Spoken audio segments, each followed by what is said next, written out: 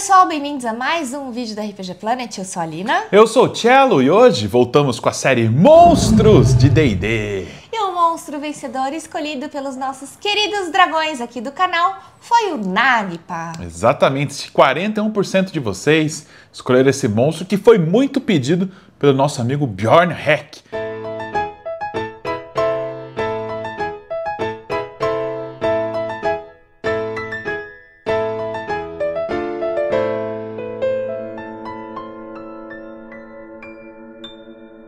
Muito bem, Lina, hoje vamos então falar de uma criatura muito legal de Dungeons & Dragons. Mas primeiro, temos uma recomendação de um RPG de Faroeste.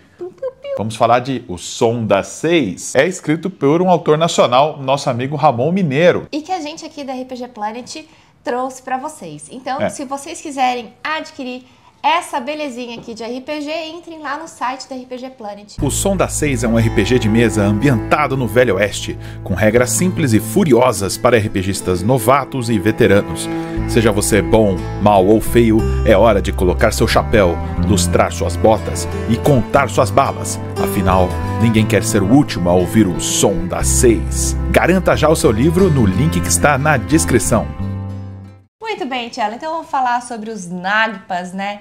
Essas criaturas, esses magos antigos, com cara de abutre, que são extremamente amaldiçoados e ótimos para serem vilões das suas campanhas de RPG. É verdade, se você tá cansado de colocar um Lich toda hora como vilão da sua campanha, ou um dragão, ou um vampiro, você quer inovar, você quer colocar um monstro como vilão de campanha que seus jogadores talvez não conheçam, o Nagpa é uma excelente escolha. Isso porque ele é uma criatura de nível de desafio 17. Você pode colocar mais de um, pode colocar uma cabala ali de Nagpas, né? Mas vamos começar falando antes, né, dos detalhes da ficha, né? Sobre a origem dos Nagpas em Dungeons & Dragons, né? Eles surgiram lá em 1983, né? Numa aventura para Mystara, Cello. É, eles eram originalmente do D&D Basic, né, o BX. Por isso que nós trouxemos aqui o lendário Rule Cyclopedia e também o Creature Catalog. Ele aparece, inclusive, nesse livro também. E essa primeira aventura que eles aparecem se chama Master of the Desert Nomads, escrito pelo David Cook. E o Nagpa aparece pela primeira vez lá, o que me leva a crer que eles são extremamente inspirados em um vilão de um filme que tinha sido lançado um ano antes dessa aventura. Em 1982, Dark Crystal. foi lançado o Dark Crystal, ou o Cristal Encantado, né, do Jim Henson, aquele filme de bonequinhos, né, de puppets, né, de fantoches. E nesse filme você tem os vilões, que são os Skeksis, que são uma espécie de homem abutre misturado com réptil ali, que são super malignos ali, e eles vestem roupas finas, né, trajes de seda, gostam de tudo do bom e do melhor, assim, né? Só que tudo meio decadente, tipo, eles comem comida podre, eles vestem roupas, apesar de serem roupas finas, as roupas estão sempre sujas, e eles dominam um planeta ali que um dia já foi belo e próspero, e que agora está em ruínas. Inclusive, teve aí um seriado, há um tempinho atrás, no Netflix, né, o Cristal Encantado, a Era da Resistência. Era da Resistência. Que pena que foi só uma temporada, eu gostei bastante, a estética é linda do seriado, né? Então, provavelmente, os Nagpas foram inspirados aí nesses vilões de Dark Crystal. E sabe uma coisa interessante, Helena, que eu descobri pesquisando aí? Essas criaturas, né, os Nagpa, eles aparecem, aliás, um deles, né, aparece no jogo Shadow over Mystara, que é um jogo de fliperama, lá de 1996, da Capcom. Um jogo de Dungeons & Dragons da Capcom, e era aquele jogo de porrada, né? Que eles eram um vilão, não é? Era um chefão de fase, o Nagpa, né? Aparecia lá e ele ficava teleportando pela fase e chamando uns monstros para lutar para ele. Era um bicho muito frágil, era fácil de matar, mas era difícil de acertar ele, porque ele ficava teleportando assim pela tela. Bom, e os Nagpas tiveram ali a sua origem, né? Meio que recriada 3 vezes, né? Em 3 edições diferentes de D&D, né? Primeiro foi a origem em Mystara, né? Depois, na 4ª edição, eles tiveram ali a sua origem totalmente alterada. E depois, na 5ª edição, também eles têm uma nova origem, né? Mas o que tem em comum entre essas 3 origens é a questão da maldição. Eles são amaldiçoados. E a gente vai começar contando então para vocês agora a primeira origem deles, né? A história deles de origem em Mystara. Bom, e a origem deles em Mystara é curta, não tem muitos detalhes, até porque é meio que uma história cheia de boatos, né? Não dá para saber ou cravar a origem deles nesse cenário. Mas dizem que os Nagpa vieram de outro planeta e eles usaram tipo um buraco de minhoca para viajar no espaço. Quando eles chegaram, né, no planeta, né, onde está o cenário de campanha de Mystara, a viagem foi tão violenta e tão caótica que eles perderam a memória de quem eles eram. Então eles não têm mais acesso às tecnologias que eles tinham no passado e coisas assim, e viraram tipo um povo esquecido. Essa é uma das versões. A segunda versão é que eles eram uma sociedade próspera, tipo, super avançada tecnologicamente. Tipo os Atlantes, assim, né? Só que eles zangaram um imortal. Em Mystara, os imortais são o equivalente aos deuses, né? Aos deuses, né? Eles eram chamados de imortais. E eles deixaram um desses imortais muito zangado, por algum motivo. Eu acho que eles desafiaram, né, esse imortal, falando que o imortal jamais conseguiria atingir o nível de glória que eles conseguiram na sociedade deles. E isso nunca é uma boa ideia. Você zangar um deus e aí o que aconteceu foi que esse imortal amaldiçoou a espécie toda, transformando eles em homens abutre, né, que nunca mais conseguiriam atingir a mesma glória do passado e iam viver para sempre lamentando aquilo que um dia se foi, né? Aquela glória do passado. Agora eles iam viver para sempre nas sombras, esquecidos, como apenas ali bichos monstruosos nas sombras da civilização. Muito bom. Essa é a origem simples, né? É a origem mais simples, né? Na quarta edição, quando os Nagpas são apresentados, eles são apresentados como criações dos primordiais na Guerra da Alvorada. Ah, sim. Aliás, Lina, Guerra da Alvorada é um assunto muito interessante que eu vou trazer aqui como um vídeo secreto. Vídeo secreto! A gente tem que sincronizar. Vai lá, 3, 2, 1. Vídeo secreto! Se você quer saber mais sobre a Guerra da Alvorada, que é esse evento de formação do universo da época da quarta edição e que tem ideias ótimas para você usar hoje em dia, vai ser o assunto do vídeo secreto, então, a Guerra da Alvorada entre os deuses e os primordiais. Então, se você é nosso membro dragão aqui, esse vídeo já está disponível para você. É só você ir lá nos vídeos secretos na aba comunidade, ou se você quer se tornar um membro para assistir esse e outros vídeos secretos do passado, menos de um cafezinho por mês, você já ajuda muito a gente a continuar produzindo conteúdo aqui e ainda tem acesso aos vídeos secretos, votações e muito mais. É só clicar em Seja Membro, escolher seu plano. Qualquer plano que você escolher dá acesso aos vídeos secretos e também às votações aqui do canal. Muito bem, Tchela. Então temos, né, na quarta edição, um cenário próprio, que é o Vale de Nentir, que é um cenário lindinho, redondinho, bonitinho, que eu acho que vale a pena vocês conhecerem, se vocês ainda não conhecem. E lá, nesse cenário, né, na criação do mundo, existia uma briga, uma guerra, né, entre os primordiais, né, que são os elementais, e os deuses, certo? Os primordiais estavam sentindo que eles iam perder a Guerra da Alvorada contra os deuses, porque as tropas que eles conjuravam para a luta, elas eram meio burronas, assim, eram aqueles elementais meio vagarosos que só andavam e destruíam tudo, rochas gigantes, né, pilares de magma. Eles não foram criados para isso, né? Eles foram criados ali para fazer parte da natureza, né? E aí, de repente, eles estavam ali no meio de uma guerra onde os deuses estavam criando, né, criaturas superpoderosas e inteligentes que estavam vencendo todas as estratégias de combate. Exato. E aí os primordiais resolveram roubar a ideia dos deuses e criarem seres que tivessem consciência. E esses seres aí poderiam ser mais poderosos e lutar melhor, né, nessa guerra. E aí que surgiram os Nagpa. Bom, e quando os primordiais criaram os Nagpas, né, eles criaram eles, né, com um conceito assim, tipo de beleza maravilhosa, né, eles eram como se fossem ninfas, né, eram criaturas muito poderosas que iam conseguir ali usar de muita estratégia para conseguir avançar ali as tropas dos primordiais contra os deuses. E no início deu tudo certo, né? Os primordiais começaram a vencer algumas batalhas importantes. Só que aí o problema de você criar seres com consciência é que esses seres podem começar a prever coisas que estão por vir, detectar padrões, conversar entre si. E aí os Nagpa começaram a prever que os primordiais não iam vencer essa guerra, mesmo com a ajuda deles. E aí eles começaram a negociar secretamente com os deuses por uma espécie de rendição total e completa deles em troca de alguns favores. Só que os primordiais ficaram sabendo dessa traição. E aí deu ruim pra eles, né, exatamente. Aí eles foram amaldiçoados pelos primordiais. E a maldição deles também fez eles ficarem com essa aparência medonha de homem abutre, né, tudo mais. E além disso, gente, eles tinham uma maldição extra, Thiago.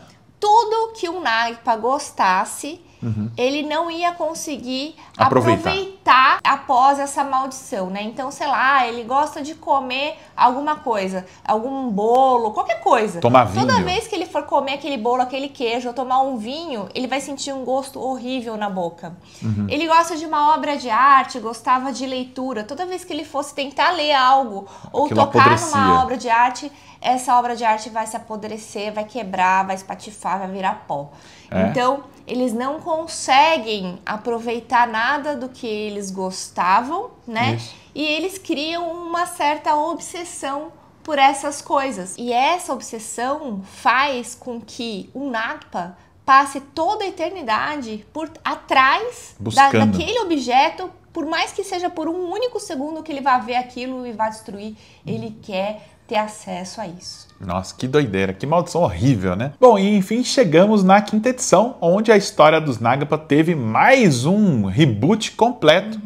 Dessa vez ligando a história deles à história da Rainha dos Corvos, a Raven Queen. E a história dos Nagpa na quinta edição começa num passado muito distante, quando os elfos estavam em uma guerra civil, digamos assim. Uma guerra entre os deuses. Exato, entre Corellon e Loth, né? Corellon, o deus dos elfos, criador dos elfos, e Loth, né, que é a filha rebelde que quis, né, ter uma forma física ali, e que Corellon não queria de jeito nenhum que os elfos tivessem essa prisão, né, nessa forma. Temos vídeo falando né, de Loth, da história deles, com mais detalhes aqui no canal. Se você quer saber mais da guerra de Corellon e Loth, a gente fala disso no vídeo de Loth, a gente fala disso no vídeo dos Drow também. Então a gente já falou dessa guerra de Corellon e Loth algumas vezes aqui no canal. Mas enfim, existiu também, enquanto essa guerra estava acontecendo, uma rainha feiticeira élfica em algum lugar do plano das fadas que se tornou muito amada por seus súditos.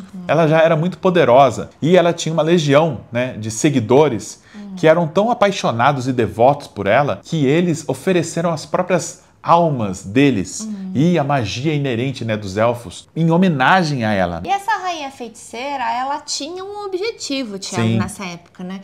Ela tinha, porque assim, como tinha essa guerra do Corellon com a Loth, né, e todos os elfos que tinham se transformado, né, tinham usado uma forma física, né, eles foram todos banidos de Arvandor, né? Arvandor, que é o paraíso dos elfos, né? Exatamente. Eles foram banidos do paraíso. Então ela tinha uma ideia, né, de fazer, meio que amolecer o coração do Corellon, né, para que o Corellon deixasse com que os elfos voltassem para Arvandor.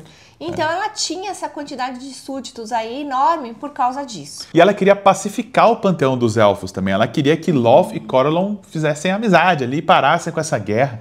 Mas para ela ser ouvida, para ela conseguir chegar e sentar na mesa ao lado de Corellon e ao lado de Loth, ela precisaria ter um nível de poder equivalente a eles. Ela teria que ela mesma se tornar uma deusa élfica poderosa.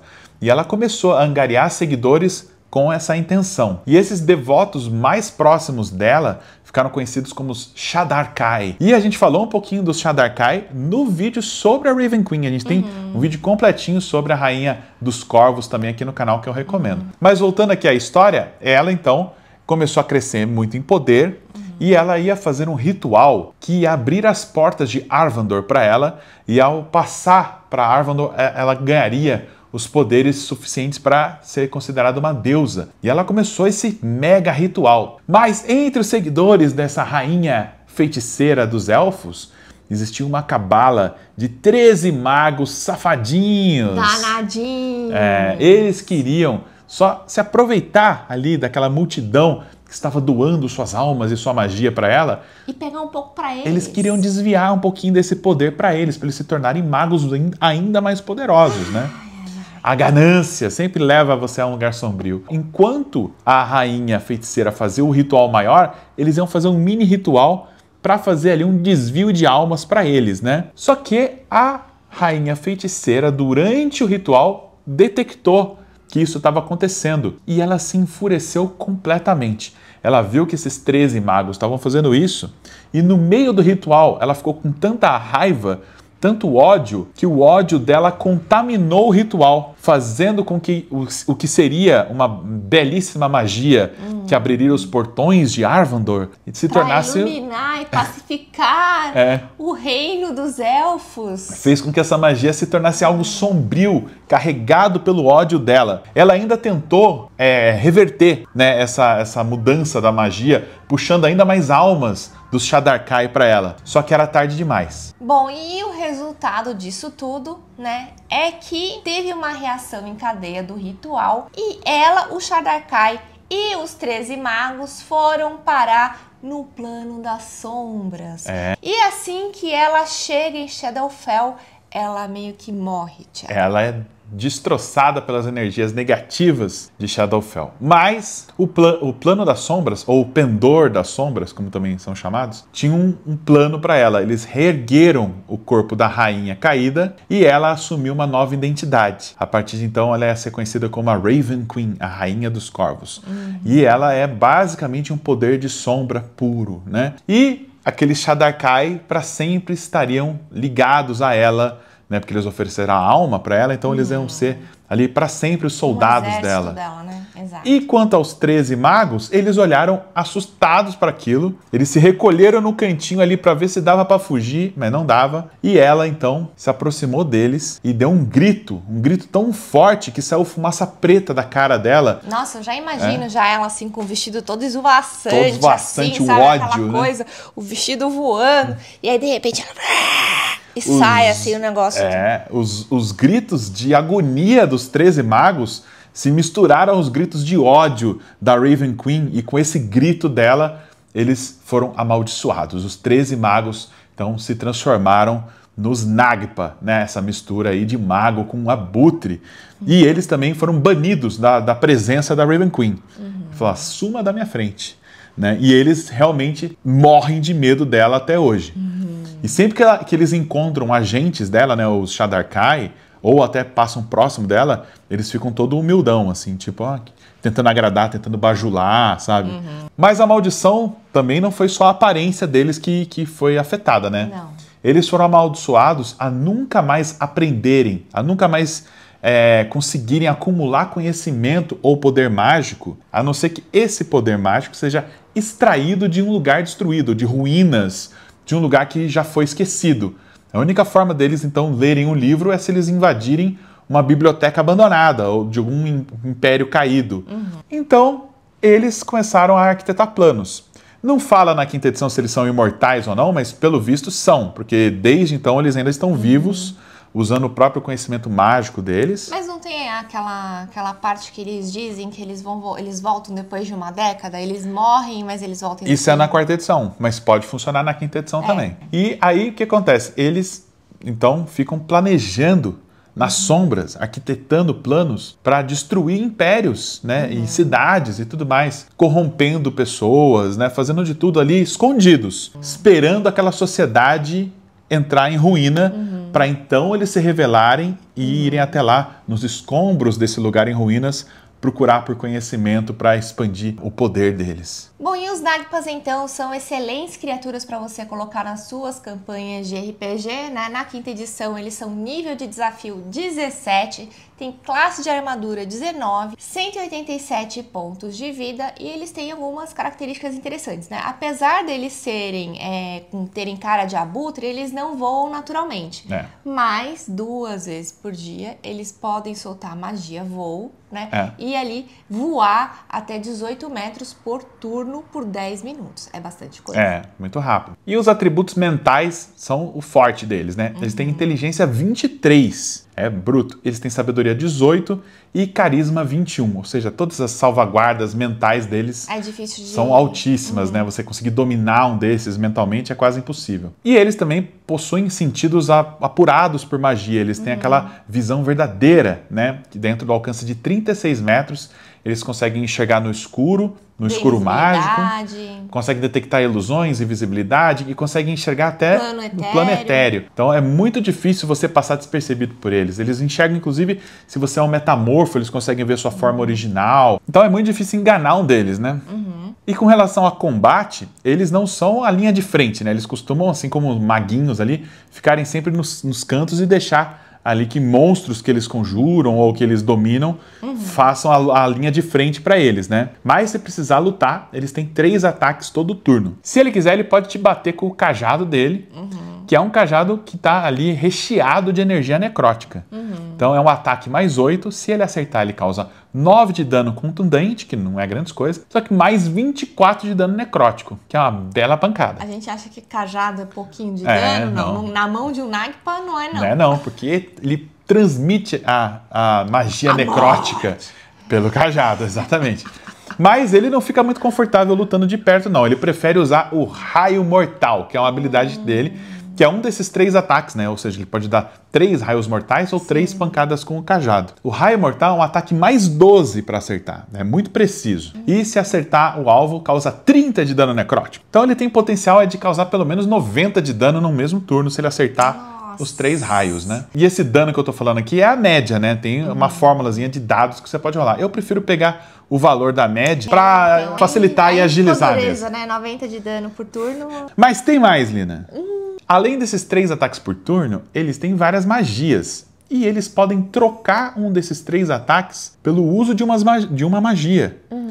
E então eles podem, por exemplo, bater com o cajado, dar um raio no outro cara e ainda soltar a bola de fogo no mesmo turno, de uma vez só. E eles têm magias formidáveis, tá? Eles têm magias fortíssimas. 2 vezes por dia ele pode voar, que a gente já mencionou. Bola de fogo, também 2 vezes por dia. Imobilizar pessoa, que é bem forte também. Sugestão, que é muito bom para você dominar ali alguém.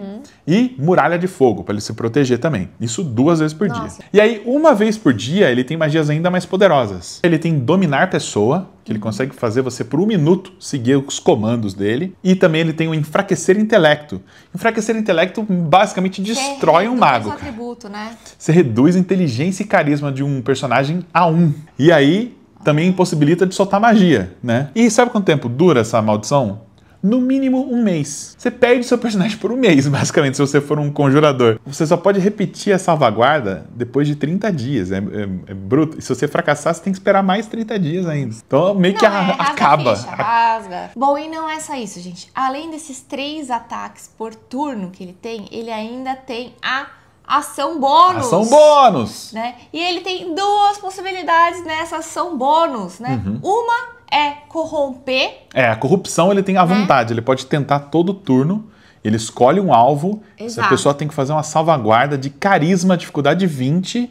E se ela falhar, ela é enfeitiçada pelo Nagpa. Não quer bater nele, não quer fazer lutar. mal. Imagina o bárbaro do grupo louco ali pra sentar-lhe a porrada no Nagpa, de repente falar, gente, ele parece ser cara legal. Não bater nele. Porque ele parece ser tão gente boa no meio do combate. Não, vocês estão errados. Bom, e a outra ação bônus que ele tem é paralisia, né? Então qualquer criatura até 9 metros de distância dele, né? Ele solta, você vai ter que fazer uma salvaguarda de sabedoria também, dificuldade 20.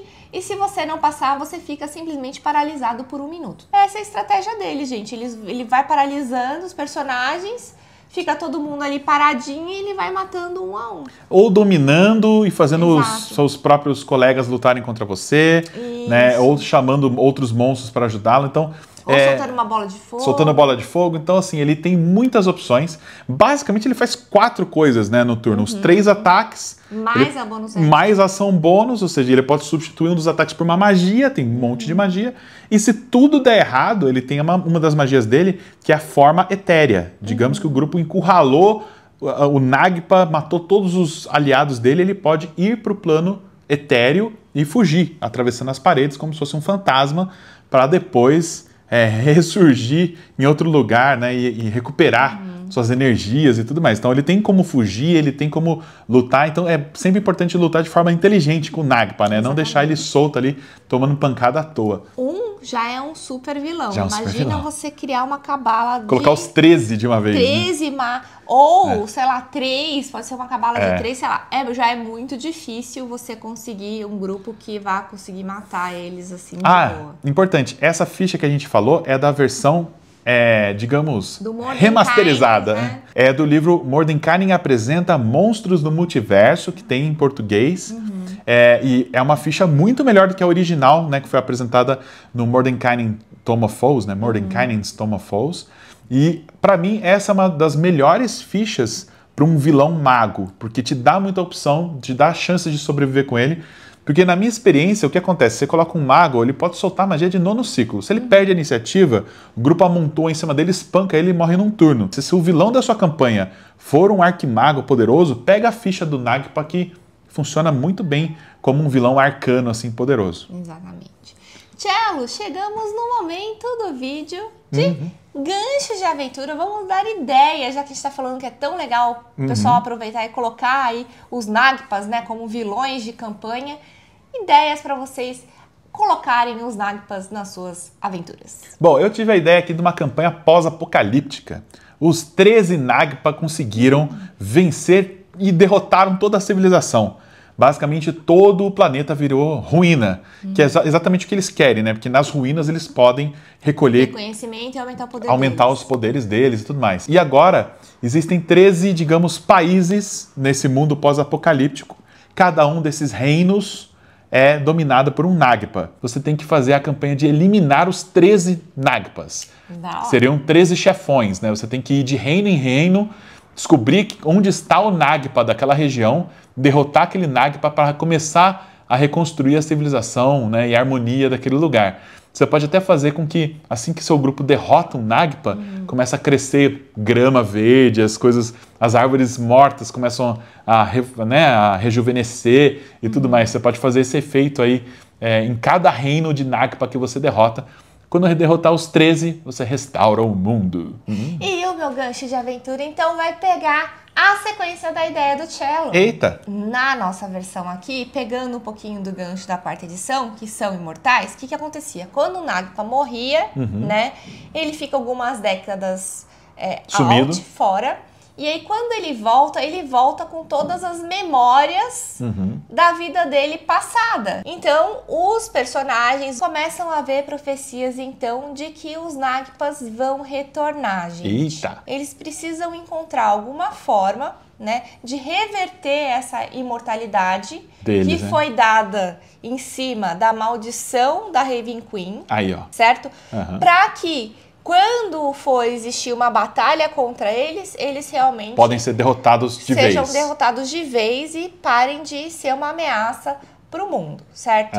E aí você tem que encontrar os 13 de novo, escondidos, e reverter a maldição de cada um deles. E aí depois de reverter a maldição, você dá um cabo no mago ali, né? Exatamente. Aí você pode criar, se eles vão atrás da Raven Queen, para a Raven Queen ajudar a reverter essa maldição, ou se eles vão atrás de Corellon para, de repente, fazer uma bênção ali para os aventureiros, dar algum item mágico. Um item sagrado, alguma arma que corte a maldição. essa maldição, enfim. Ou você pode até reverter a maldição de um Nagpa e ele virar um mago arrependido. Falar, eu me arrependo do meu passado, da minha ganância, agora eu quero ajudar vocês. E ele entra como um personagem no grupo.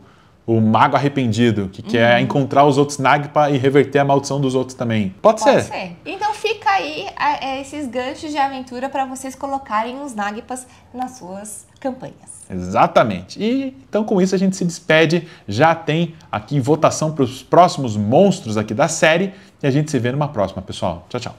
E um abraço especial para os nossos dragões, principalmente os dragões de platina, o Bruno Marroque, Erasmo Júnior, Henriquim, João das Neves, o Astuto, Paulo Cota, Felipe, Renato Pascon e Scat Pleasure. Valeu, galera!